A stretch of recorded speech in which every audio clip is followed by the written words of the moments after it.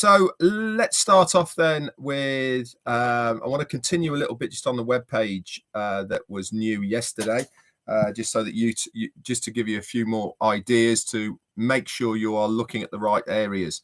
I had a good look at the About Us tab, which is the third tab along on the new web page. Really is a fantastic point of reference as far as you explaining what OnPassive is to anybody. If you haven't got the confidence, or if you haven't got the knowledgeable know-how of exactly what OnPassive is, but you really want to try and explain it to somebody, the easiest thing to do is to use one of your links in the My Links section and navigate them to the About Us section in the OnPassive.com website. Obviously, the link for this one will be coming out very shortly. This is probably going to be link number 33 when it comes out. We're waiting on link 32. That's probably going to be here Thursday, I'd have thought, which is for last week's. But on this web page, the About Us section really is an amazing place to explain exactly what OnPassive is, what it can do for businesses, and what it can do for individuals and entrepreneurs. So go and have a look at it and read it. It will certainly make you more knowledgeable by reading it, because it certainly gives you a lot of insightful information about what OnPassive is, the direction it's going in, what it's supplying, what it's trying to do, etc. So I thought I'd bring that to the table today. Also, you've got Media Center, blogs, career, contact us, login and register as well. The login and register has been switched from last week's just to keep us on our toes, but it really is good information. And obviously there is the change of languages, and it's all the AR, by the way, it stands for Arabic, which is a designated website all on its own. And there is a quick access icon top right hand side that looks like three sort of triangles together.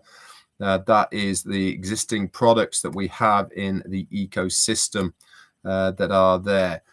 So definitely a good point to do that. Colonel Daniel Lee, thank you so much for your super sticker, my friend. Okay, so today's topic that I wanted to bring to the table is spam free.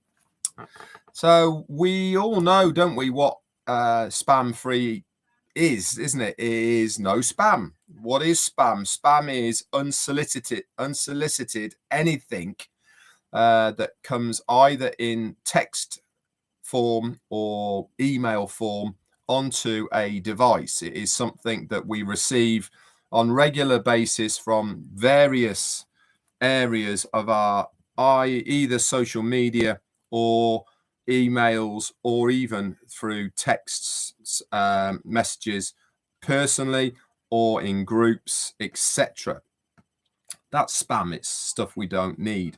And if you have got an email account, which I presume every single person has, otherwise you wouldn't be part of OnPassive, or even be able to view me on YouTube, because it's part of the requirements that you have a email to be able to access it.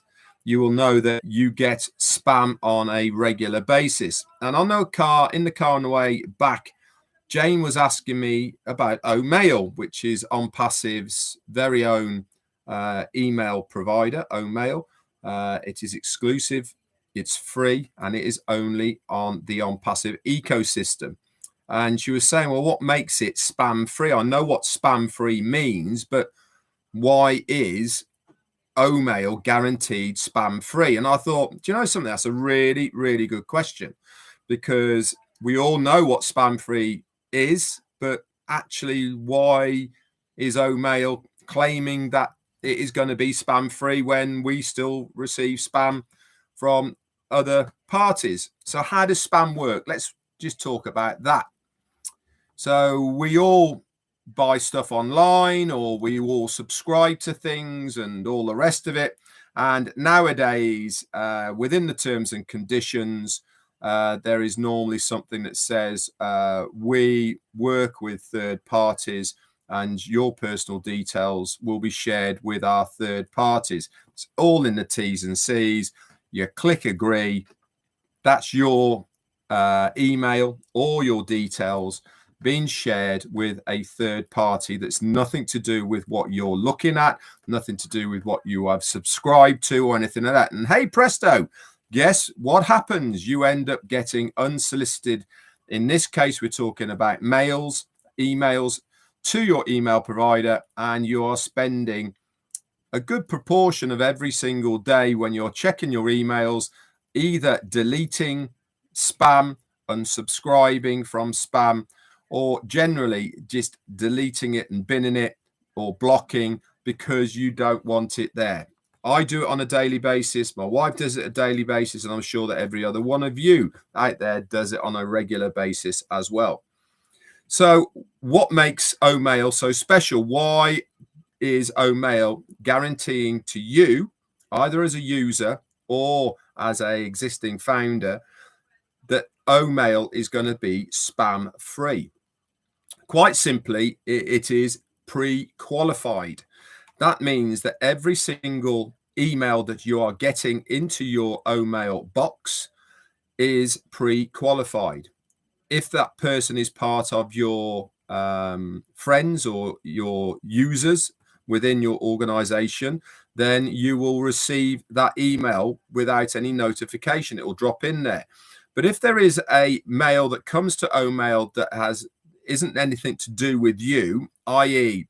not a friend, not a user within your organization, you will get a pop-up. Okay, yes, you'll be able to read that email, see who it's from, read the first few lines, but in the middle of the email, it will have a box to accept or to delete that email. This is the pre-qualification. This means you are either accepting this email or you are declining this email. If you decline it, okay, then you will never get another email from that email address again, because the system will automatically recognize that you are not accepting emails from that email address, and so it will bounce it straight back. That's what makes O-Mail so different from everything else, because all of the emails that come into your email box have been pre-qualified by you in one way, shape, or form. Whether it is by you accepting that friend request and the associated email that goes with that friend, or they are in your users and contacts as somebody that you know. Obviously, you can edit all of that information at any time. You can delete people out of your friends lists and users and all the rest of it.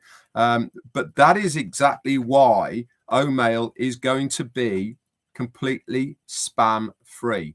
So if your information, so if, for instance, you use your O-Mail to sign up to a company or anything like that, and even if their terms and conditions say that they share your information with third-party individuals, and that third-party individual tries to send you some spam for buying something or joining something, it is completely permission-based, okay? So that you are pre-qualifying every single person that is there, okay, so that you know every single one of those emails that is coming into your email client, you either know the person or you have an association with that person in one way, shape, or form. How cool is that? Just on that basis alone, how much time do you think it is going to save individuals on a daily basis? How much stress do you think it's going to alleviate individuals because they have not got mails that might be shady, might be of things that they are not comfortable with, and just by clicking one button they will never receive that email from that client ever again, from that person. It is genius in its making, and it has always been one of the things that stand O-Mail out from all of the other email providers. To us now, we've been using it for a while, haven't we? You know, and we are so used to O-Mail just being one of the other email providers that we use. But if you start really looking at O-Mail about what it can actually do functional wise, then it really is heads and shoulders above all of the rest. Just that one anti-spam thing on its own sets us aside from every other one out there, because they haven't got the facilities to be able to do that. If an email comes into your normal email client now that maybe you don't know them or whatever, where does it go? It goes into your spam folder, doesn't it? Or into the junk. Okay, but you still have to clear that. You still have to empty it on a daily basis and all the rest of it.